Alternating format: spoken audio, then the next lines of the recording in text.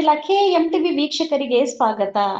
ಬಂಗಾರಪೇಟೆಯ ಬೂದಿಕೋಟೆ ಹೋಬಳಿಯ ಗ್ರಾಮಗಳಿಗೆ 92 ಕೋಟಿ ರೂಪಾಯಿ ವಿವಿಧ ಕಾಮಗಾರಿಗಳಿಗೆ ಶಂಕುಸ್ಥಾಪನೆ ಮತ್ತು ಉದ್ಘಾಟನೆಯನ್ನು ಸನ್ಮಾನ್ಯ ಶ್ರೀ ಎಸ್.ಎನ್. ನಾರಾಯಣಸ್ವಾಮಿ ನೆರವೇರಿಸಿದರು. ಕೊಟ್ಟ ಮಾತಿನಂತೆ ಶಾಸಕರು ನೆರವೇರಿಸಿ, ಇದು ನನ್ನ ಗುರಿ, ಜನರ ಉದ್ಧಾರ ಮಾಡುವುದು ಮತ್ತು ನನ್ನ ಕಾಂಗ್ರೆಸ್ ಪಕ್ಷದ ಮುಖಂಡರು ಒಳತಿಗಾಗಿ ನಾನಿದ್ದೇನೆ ಎಂದರು. ವರದಿ ಬಿಎಂ ಸಾಕಪ್ಪ, ಎಂಟಿವಿ ನ್ಯೂಸ್ ಕನ್ನಡ. ನಿರಂತರ ಸುದ್ದಿ ಮತ್ತು ಜಾಹೀರಾತುಗಳಿಗಾಗಿ ಎಂಟಿವಿ ಕನ್ನಡ ನ್ಯೂಸ್ ಅನ್ನು ಸಬ್ಸ್ಕ್ರೈಬ್ ಮಾಡಿ.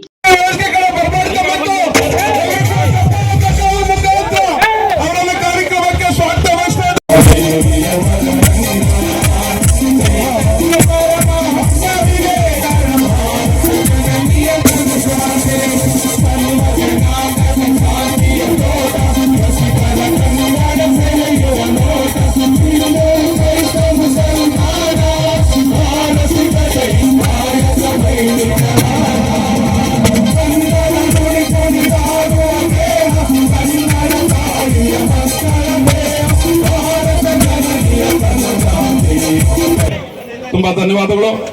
ದಯವಿಟ್ಟು ತಾವೆಲ್ಲರೂ ಕೂಡ ಸಾವಧಾನವಾಗಿ ತಮ್ಮ ತಮ್ಮ ಆಸನಗಳಲ್ಲಿ ಹಸೀನರಾಗಬೇಕಾಗಿ ತಮ್ಮಲ್ಲಿ ಎಲ್ಲರಲ್ಲೂ ಕೂಡ ಮನವಿಯನ್ನು ಮಾಡ್ತಾ ಇದ್ದೀವಿ. ಇನ್ನೇನು ಕೆಲವೇ ಸೆಕೆಂಡ್ಗಳಲ್ಲಿ ಚೇರ್ಗಳು ಬರ್ತಾ ಇದೆ, ಅಂತವರೆಗೂ ಕೂಡ ನಮ್ಮ ಮುಖಂಡರು ಸಹಕಾರ ಕೊಡಬೇಕು. ಇವತ್ತು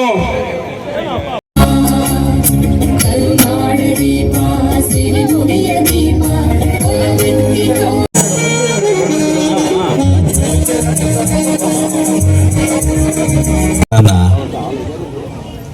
ಅಕ್ಕ ತಂಗಿಯರೇ, ಅಣ್ಣ ತಮ್ಮಂದಿರೇ, ತಂದೆ ತಾಯಿಯರೇ ಮತ್ತು ಹಿರಿಯರೇ ಹಾಗೂ ಪತ್ರಕರ್ತರೇ ಮತ್ತು ಪೊಲೀಸ್ ವೃಂದದವರೇ, ನನ್ನಂಥ ಅಲ್ಪಸಂಖ್ಯಾತ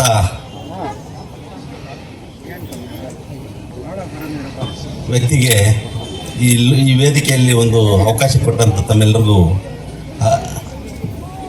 ಧನ್ಯವಾದಗಳು. ಈ ಸಂದರ್ಭದಲ್ಲಿ ಎಸ್.ಎನ್. ನಾರಾಯಣಸ್ವಾಮಿ ಅವರು ತಮ್ಮ ಅಭಿವೃದ್ಧಿ 92 ಕೋಟಿ ಅತ್ಯಂತ ಬೃಹತ್ತಾಕಾರದ ಒಂದು ಬಜೆಟನ್ನು ನಮಗೆ ನೀಡಿ ಈ ಅಭಿವೃದ್ಧಿಗೆ ತುಂಬ ಕಾರಣೀಭೂತರಾಗಿದ್ದಾರೆ. ನಾವು ಈ ವಿಚಾರವಾಗಿ ಅವರ ಬೆನ್ನಿಗೆ ನಾವೆಲ್ಲರೂ ನಿಲ್ಲಬೇಕಾದಂಥ ಸಂದರ್ಭ. ಇದೇ ಅಲ್ಲ, ಇನ್ನೂ 2 ವರ್ಷಗಳ ಕಾಲಾವಧಿ ಇದೆ. ಆ ಸಂದರ್ಭದಲ್ಲಿ ಇನ್ನಷ್ಟು ಹಣನ ಇಲ್ಲಿ ಬಿಡುಗಡೆ ಮಾಡ್ಕೊಂಡು ಬರ್ತಾರೆ. ಅವ್ರಿಗೆ ಆ ಚೈತನ್ಯ ಇದೆ, ಅವ್ರಿಗೆ ಆಸಕ್ತಿ ಇದೆ. ಅದೇ ನಾವು ಆಯ್ಕೆ ಮಾಡಿರ್ತಕ್ಕಂಥ ಒಂದು ಒಳ್ಳೆಯ ಶಾಸಕರ ಒಂದು ಗುಣಗಾನ.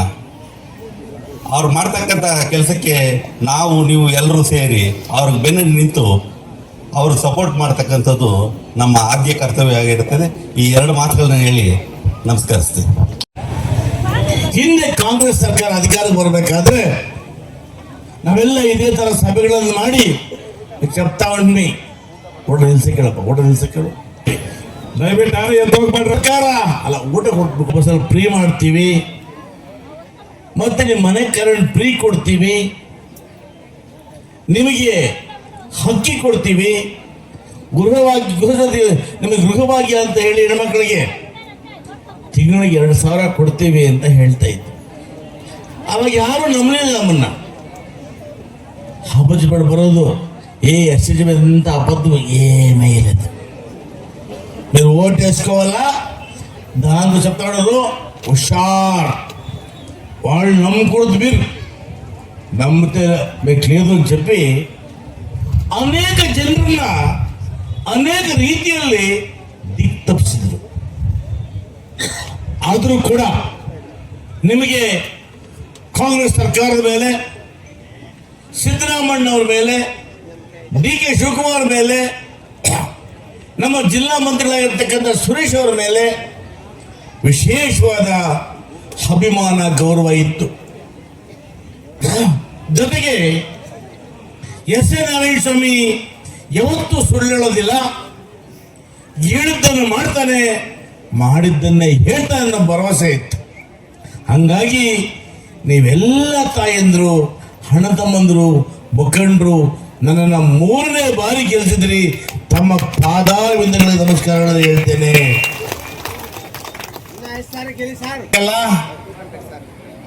ಗ್ರಾಮಗಳಲ್ಲಿ ಕುಡಿಯುವ ನೀರು ಕೊಡಬೇಕು, ಸಿಮೆಂಟ್ ರಸ್ತೆ ಕೊಡಬೇಕು, ಹೆಣ್ಣು ಮಕ್ಕಳು ರಾತ್ರಿ ಹೊತ್ತು ನಿರ್ಭಯ ಓಡಾಡಲಿಕ್ಕೆ ಹೈಮಾಸ್ ದೀಪ ಕೊಡಬೇಕು, ನಿಮ್ಮ ಗ್ರಾಮಗಳಿಗೆ ಹೋಗೋದಕ್ಕೆ ಒಳ್ಳೆ ತಾರ ರಸ್ತೆ ಮಾಡಬೇಕು, ಒಳ್ಳೆ ಮುಖ್ಯ ರಸ್ತೆ ಮಾಡಬೇಕು, ಚೆಕ್ ಡ್ಯಾಮ್ ಕಟ್ಟಬೇಕು, ಆಸ್ತಿ ಕಟ್ಟಬೇಕು. ಇವೆಲ್ಲ ಮಾಡ್ಬೇಕಲ್ಲಮ್ಮ, ಮಾಡ್ಬೇಕಾ ಬೇಡವಾ? లేకపోతే ಆ ನಾ ಬಟ್ ಕೋಟ್ಲಿ ಇಸ್ತೀವಿ, ನಿಮ್ಮ ಹತ್ರ ಬಯಸ್ಕೋಬಾರ್ದಲ್ಲ, ಹೌದಲ್ಲಮ್ಮ? ಅದಕ್ಕೆ ಹೆಣ್ಣು ಮಕ್ಕಳು ಗ್ರಾಮಗಳಲ್ಲಿ ನೆಮ್ಮದಿಯ ಜೀವನ ಮಾಡಿಕೊಟ್ಟಿದ್ದೇನೆ. ಇವತ್ತು ಇನ್ನು ಯಾವ ಗ್ರಾಮದ ಹೈಮಾಸ್ ಇಲ್ಲ, ಯಾವ ಗ್ರಾಮದಲ್ಲಿ ಸಿಮೆಂಟ್ ರಸ್ತೆ ಇಲ್ಲ, ಯಾವ ಗ್ರಾಮದಲ್ಲಿ ನಿಮಗೆ ಆರೋ ಪ್ಯಾಂಟ್ ಇಲ್ಲ, ಕುಡಿಯೋದಿಲ್ಲ. ಇವೆಲ್ಲದಕ್ಕೂ ಇವತ್ತು ಅನುದಾನ ಕೊಟ್ಟಿದ್ದೇನೆ. ಇನ್ನು 2 ತಿಂಗಳಲ್ಲಿ ನನ್ನ ಕ್ಷೇತ್ರದಲ್ಲಿ ಯಾವ ಭಾಗದಲ್ಲೂ ಕೂಡ ಕುಡಿಯೋ ನೀರಿಗೆ, ಬಿಸ್ಲರಿ ವಾಟರ್ಗೆ ತೊಂದರೆ ಇರೋದಿಲ್ಲ. ಹಿಂದೆ ಸದ್ಯ ಬೋರ್ ನಿಲ್ಸಿದ್ದೆ ಸಾಲ ಉಂಟಾವಣ್ರಿ. ಇನ್ನು ಮುಖಂಡ ಬರ್ತಾ ಇದ್ರು ನಮ್ಮ ಮನೆಗೆ, ಮಾಡಮ್ಮ ಕೂತ್ಕೊಬ್ಬ ಕಾಫಿ ಕುಡಿ ಅಂತ ಹೇಳ್ತಾ ಇದ್ದೆ. ಸರಿ, ನಾ ಕಾಫಿಯನ್ನು ಕೊಡಿಸ್ತೀಯ, ಊರಾಗ ಬೋರ್ ನಿಂತೋಗಿದೆ, ಈಗ ಸಲ ಹೊರಗೆ ಹೋಯ್ತವ್ರು, ಏನು ಮಾಡೋದು ನಾವು ಅಂತ ಕಷ್ಟಪಟ್ಟು ಬೋರ್ವೆಲ್ ಹಾಕ್ಸ್ತಾ ಇದ್ದೆ. ಅವತ್ತು ಆ ಬೋರ್ವೆಲ್ ನೀರು ಸಿಕ್ಕಿದ್ರೆ ಸಾಕಾಗಿತ್ತು.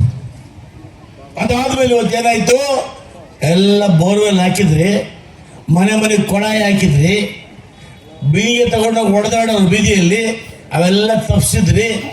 ಈಗ ಬರೋರೆಲ್ಲ ಕೇಳೋದು, ಅಡ್ಡೋ ನಮ್ಮೂರಲ್ಲಿ ಫಿಲ್ಟ್ರಿಲ್ಲೇನು, ಏನಪ್ಪ ಅವತ್ತಿನ ಪ್ರಕೃತಿ ಇಲ್ಲಡು, ಏನು ಮಾಡಿ ಐಕ್ಲಿಗೆ ಬೋರ್ ನೀರು ಕುಡಿದ್ರೆ ನೆಗಡಿ ಬರ್ತದೆ, ಜ್ವರ ಬರ್ತದೆ. ಆಗ ನಮ್ಮ ಐಕ್ಲಿ ಯಾರು ಕುಡಿಯಲ್ಲ ಈಗ ಫಿಲ್ಟರ್ ಹಾಕ್ಸ್ಬೇಕು ಅಂತ ನಮ್ಮ ಲೀಡರ್ ಮಾತು ಕೇಳಬೇಕಾದ್ರೆ ನಾನು. ಅದಕ್ಕೆ ಇವತ್ತು ಹೈಮಾಸ್ ಲೈಟು, ಫಿಲ್ಟ್ರು ಇದು ಯಾವುದು ಸರ್ಕಾರ ಸ್ಕೀಮ್ ಅಲ್ಲಮ್ಮ. ಇದನ್ನ ನಾನು ನನ್ನ ಗ್ರಾಮಗಳ ಹೆಣ್ಣು ಮಕ್ಕಳು, ಬಡ ಹೆಣ್ಣು ಮಕ್ಕಳು, ಕೂಲಿ ಮಾಡ್ತಕ್ಕಂಥವರು, ರೈತರ ಮಕ್ಕಳು ಇವತ್ತು ಬಿಸ್ಲರಿ ನೀರನ್ನೇ ಕುಡಿಬೇಕು. ಅವ್ರ ಕೈಯಲ್ಲಿ 1 ಲೀಟ್ರಿಗೆ 20 ರೂಪಾಯಿ ಕೊಟ್ಟು ಕೊಂಡ್ಕೊಳಕ್ ಆಗೋದಿಲ್ಲ ಅಂತೇಳಿ ಇವತ್ತು ಬಿಸ್ಲರಿ ನೀರನ್ನ ಇವತ್ತು ನಾವು 20 ಲೀಟರ್ ಕ್ಯಾನ್ಗೆ ಕೇವಲ 5 ರೂಪಾಯಿ. ಅದೇನಮ್ಮ ಒಳ್ಳೇದಾಯ್ತು ಆಗ್ಲಿಲ್ವಾ? ನೋಡಿ, ಬಿಸ್ಲರಿ ಪಟ್ಕೊಂತ ಹಾಕ್ತಾರೋ ಇವ್ರು 120 ಎಟ್ಲಮ್ಮ? ನೀವು ತೆಗೆದ್ರೆ ಒಳ್ಳೆ ತೆಗಿದ್ದಿ ನೋಡಮ್ಮ, ಭಗವಾನ್ಗೆ ಅವ್ರಿಗೆ ಬಿಸಿಲು ಹೊಟ್ಟಿ ಅಂತ ಒಳ್ಳೆ ಬಾಬಾ ಹೇಳ ತಕ್ಕೋಸ್ತಾರೆ. ಸರ್ಕಾರ ಸ್ಕೀಮ್ ಇಲ್ಲ ಅಂದ್ರೂ ಕೂಡ ನಾನು ಸ್ವಲ್ಪ ಹಣ ಹಾಕ್ಕೊಂಡು ಸರ್ಕಾರ ಸೇರಿಸ್ಕೊಂಡು ಇವತ್ತು ನಿಮ್ಮೆಲ್ಲರಿಗೂ ಒಳ್ಳೇದಾಗಲಿ ಅಂತೇಳಿ ಫಿಲ್ಟರ್ ಆಗ್ತಾ ಇದ್ದೀವಿ. ನಮಗೆ DCC ಬ್ಯಾಂಕಿಂದ ಮಹಿಳೆಯರ ಸಾಲ ಕೊಡ್ತಾ ಇದ್ವಿ. ಯಾರೋ ಪಿಂಕಿ ಅಂದರೆ ಅದನ್ನು ಹಾಳು ಮಾಡಿದ್ರು. ಪಾಪ ಅನೇಕ ತಾಯಂದರಿಗೆ ಇವತ್ತು ಲೋನ್ ಕೂಡ ಹಾಕ್ತಾ ಇಲ್ಲ. ಗ್ರಾಮಗಳಲ್ಲಿ ಕೇಳ್ತಾರೆ, ಏನೇ ಅಮ್ಮಯ್ಯ ಲೋನೇ ಕೊಡ್ತಾ ಇಲ್ಲ, ಇವತ್ತು ಸಂಘಗಳಿಗೆ ಲೋನೇ ಕೊಡ್ತಾ ಇಲ್ಲ ಅಂತ.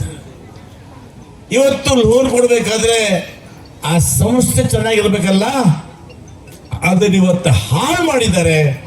ಅದರ ಸರಿ ಮಾಡಬೇಕು ಅಂತ ಹೇಳಿ ವರ್ಷ ಈಗ ನಾವು ಈ ಭಾಗದಲ್ಲಿ ಕಾಮಸಮುದ್ರಮ್ನ ರಂಗಾಚಾರಿ ಅವರನ್ನ DCC ಬ್ಯಾಂಕ್ ನಿರ್ದೇಶನ ಮಾಡಿದ್ದೇವೆ. ಹಾಡೋಳು ಕೊಟ್ಟಿಸ್ಕೊ ನೀತಲ್ರ చూస్తారు జ్ఞానులు చూస్తారు. మీరు ఏమైనా లోన్ లేకపోతే ఇంటికి ఒక పరకు వస్తుంది, దాని మీద మీ ఇష్టం. అవును లేదా?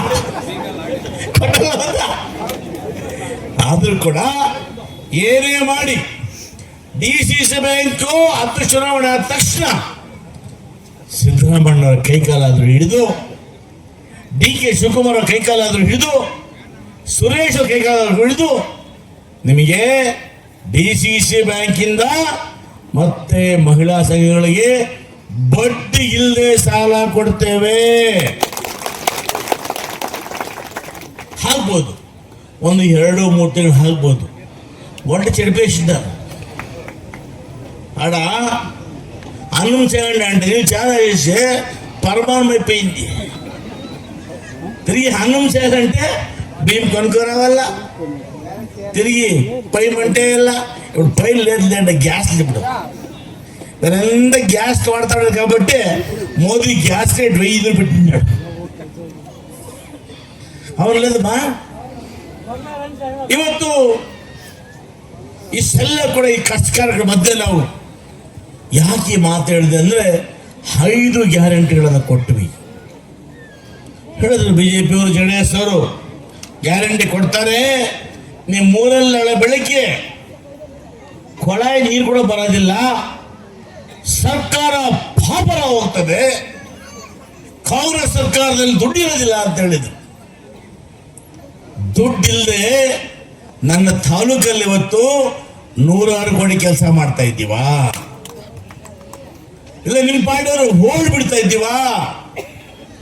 ಹೋಳ್ ಬಿಡೋ ಜಾಯಮಾನ ನನ್ನದಾಗ್ಲಿ ನಮ್ಮ ಮುಖಂಡರದಾಗ್ಲಿ ಅಲ್ಲ.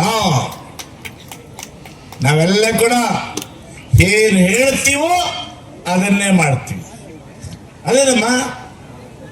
ಹಾಗಾಗಿ ಇವತ್ತು ಇಷ್ಟೊಂದು ನನಗೆ ಈ ಒಂದು ಕಾರ್ಯಕ್ರಮದಲ್ಲಿ ಇವೆಲ್ಲ ಅಂದ್ಕೊಂಡೆ. ಶಂಕುಸ್ಥಾಪನೆ ತಾನೇ ಹೋಗಿ 50 ಜನ 100 ಜನ ಮಸ್ತಾರು ರಚಿಸ್ತಾ ವಸ್ತೆ ಆಡಿಂಗ ಅಪಹಾರಸ್ಕೊಂಡರು. ನನಗೆ ಬಹಳ ಆಶ್ಚರ್ಯ ಆಯಿತು. ನಾನು ಬರ್ತಕ್ಕಂಥದ್ದು ಯಾವುದೇ ಒಂದು ಚುನಾವಣೆಗಲ್ಲ, ಯಾವುದೇ ಒಂದು ಸಭೆಗಲ್ಲ, ಕೇವಲ ಕಾಮಗಾರಿಗಳ ಶಂಕುಸ್ಥಾಪನೆ ಮಾಡ್ತಾ ಇದ್ದೀವಿ. ಇವತ್ತು ನೀವು ಇಷ್ಟೊಂದು ಸಾವಿರಾರು ಸಂಖ್ಯೆ ನೋಡಿದ್ರೆ ನಿಜಕ್ಕೂ ಕೂಡ ನಾನು ನಿಮ್ಮ ಪಾದ ಕಮಲಗಳಿಗೆ ಸಾಷ್ಟಾಂಗ ನಮಸ್ಕಾರಗಳನ್ನು ಮಾಡ್ತೇನೆ. ಸದಾಕಾಲ ನಿಮ್ಮ ಸೇವಕನಾಗಿ, ನಿಮ್ಮ ಮನೆಯ ಮಗನಾಗಿ ಭಗವಂತ ನನಗೆ ಆಯುಷ್ ಕೊಟ್ಟಿದ್ರೆ ಆಯುಷ್ ಇರೋ ತನಕ ನನ್ನ ಅಕ್ಕ ತಂಗಿರ, ಅಣ್ಣ ತಮ್ಮಂದಿರ ಈ ಕ್ಷೇತ್ರ ಸೇವೆ ಮಾಡೋ ಭಾಗ್ಯ ಕೊಡಪ್ಪ ಅಂತ ನಾನು ಕೇಳ್ಕೊಳ್ತೇನೆ. ಏಕೆಂದರೆ ಹಣ ಬರುತ್ತೆ ಹೋಗುತ್ತೆ, ಅದು ಯಾವುದು ನಿಲ್ಲೋದಿಲ್ಲ. ನಿಲ್ಲುತ್ತಾ? నేను ఏమని 5 రూపాయలు ఇస్తే మగవాళ్ళు బాపై ఏమైపోతుంది, ఆడవాళ్ళు జాకెట్ పట్టు కొనుక్కొని నేను బిల్లు జాకెట్ అయిపోతుంది కదేమో. ಯಾಕೆ ಹೇಳ್ತೀನಿ ಮಾತನ್ನ? ಇವತ್ತು ನೀವು ಸರ್ಕಾರಗಳು ಗ್ಯಾರಂಟಿ ಕೊಟ್ಟಿದ್ದೇವೆ ಅಲ್ವಾ? ಬಸ್ಸಲ್ಲಿ ಪ್ರಿಯ ಓಡಲ್ವಾ? ಇವತ್ತು ಗಂಡಸರು ಕಳಿಸ್ತಾರೆ, ನೀವು ಪ್ಯಾಟಿ ಪೈಸೆ ರಾವಾలంటే ಅಯ್ಯ ನೀವು ಉಂಡು